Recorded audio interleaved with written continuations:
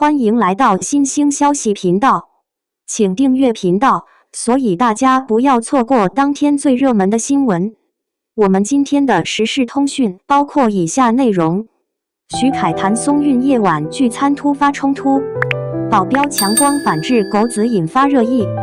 在娱乐圈这个光怪陆离的世界里，明星与镜头之间的关系从来都充满张力。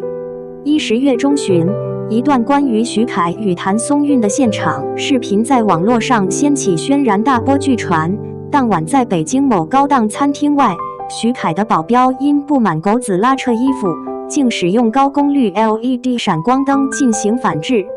这一幕如同电影场景般惊心动魄，也让公众对明星安全隐私边界与狗子行为展开了激烈的争论。据多家媒体与目击者透露，事件发生于晚上11点47分左右。当时，徐凯与谭松韵一同走出位于北京 CBD 的一家西餐厅，两人神情轻松，似乎刚享用完一顿惬意的晚餐。最初场面平静，门口只有几名摄影记者守候，但短短10几分钟内，局势急转直下。视频显示，一名疑似狗子的男子突然靠近徐凯，并抓住了他外套的袖口。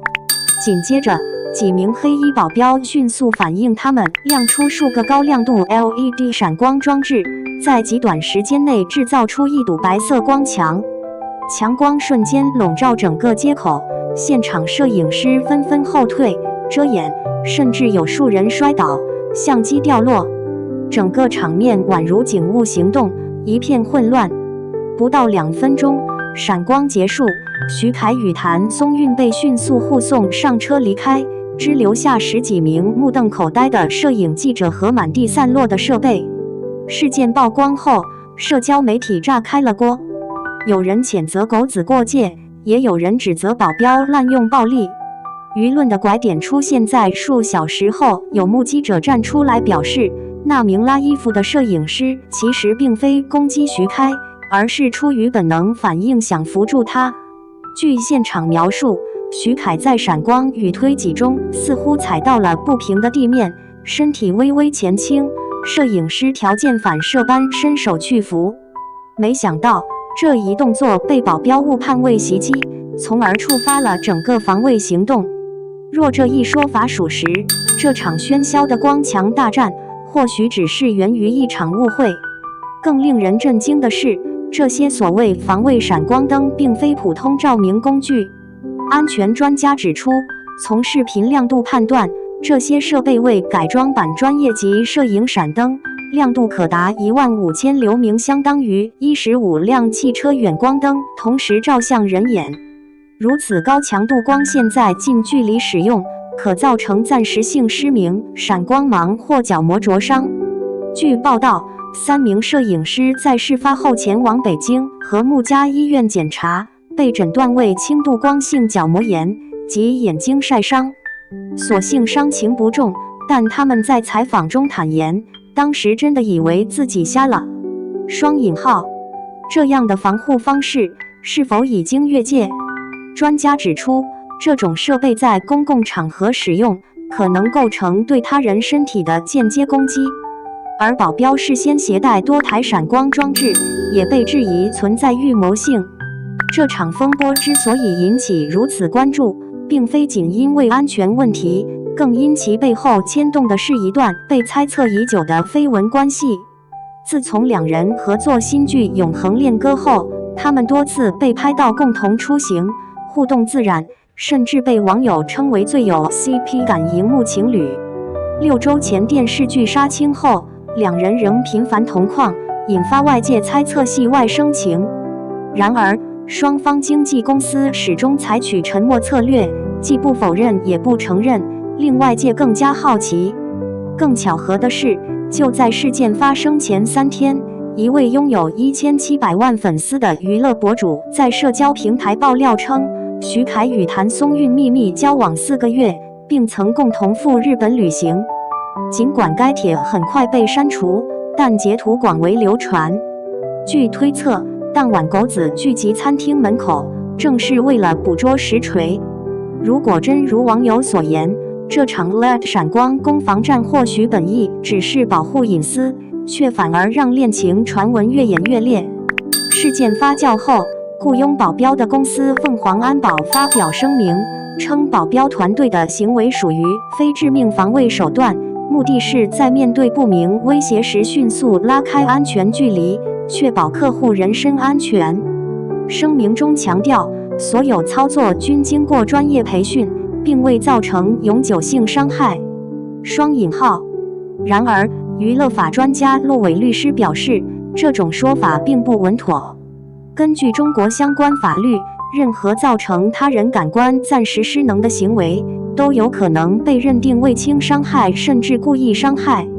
他进一步指出，使用工业级强光设备属于特殊器具，若未经公安机关许可在公共场所使用，可能触及违法边缘。与此同时，被误伤的摄影师王某也通过律师发表声明，坚称自己没有任何攻击行为，并考虑对造谣者与安保公司提起民事诉讼。至此，这场闪光风波从舆论场走向了法律场。这起事件之所以引发全国热议，是因为它揭开了中国娱乐产业中一个长期存在却鲜少被正视的问题——隐私与曝光的界限。在过去10年，中国的狗子产业发展迅猛，一线狗子年入100万已非神话。他们通过贩卖独家照片、隐秘行踪，推动娱乐媒体点击率飙升。然而，这个产业也逐渐失控，偷拍、跟车、尾随、贿赂酒店员工、蹲守明星家门口等行为屡见不鲜。相对而言，明星方面的防护也愈加激进，防偷拍雨伞、移动屏障、信号干扰器，甚至这次出现的强光反制器。双方的攻防博弈，让公众不禁反思：当娱乐成为产业，隐私是否还有空间？许多网友注意到，在整起事件中，谭松韵始终保持沉默。他既未发声支持保镖，也未为狗子辩解。而知情者透露，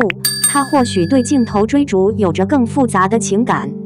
2019年，谭松韵的母亲不幸在交通事故中离世。当时，媒体蜂拥报道，甚至有狗子蹲守他家门外，偷拍葬礼现场。谭松韵后来在节目中痛哭，表示那段时间是我人生中最黑暗的日子，有人连基本的人性都没有。这段经历至今仍令他心有余悸。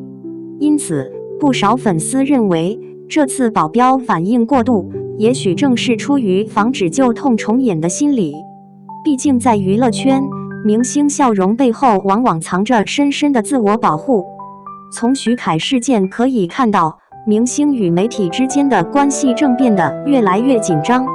一方面，狗子的存在满足了公众的窥探欲，也是娱乐产业流量的重要推手；另一方面，他们的行为也不断侵蚀个人尊严与人身安全。在舆论的争论中，出现了3种典型声音：支持明星方认为狗子长期越界，使用强光防卫合情合理；维护新闻自由，主张狗子行为虽激进，但明星作为公众人物，应接受一定曝光；呼吁制度监管，提议出台更明确的法律，既保护隐私，也规范报道。其实，问题的根源在于公众欲望与道德界限之间的撕扯。当围观成为社会常态，人们或许早已忘记，镜头背后的人同样有权拥有自己的夜晚。结语：一次闪光照亮的是娱乐圈的阴影。事件至今尚未有最终结果，警方也未公布进一步调查。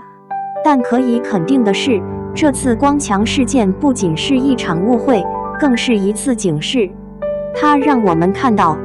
在流量至上的时代，明星安全、狗子生计、公众好奇心、媒体责任之间的平衡已越来越难维系。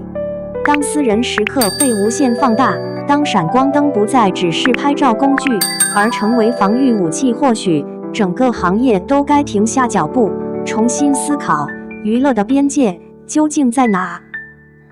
也许有时候，比起捕捉一张独家照，我们更该学会放下相机，让光柔和一些，让人多一点尊重。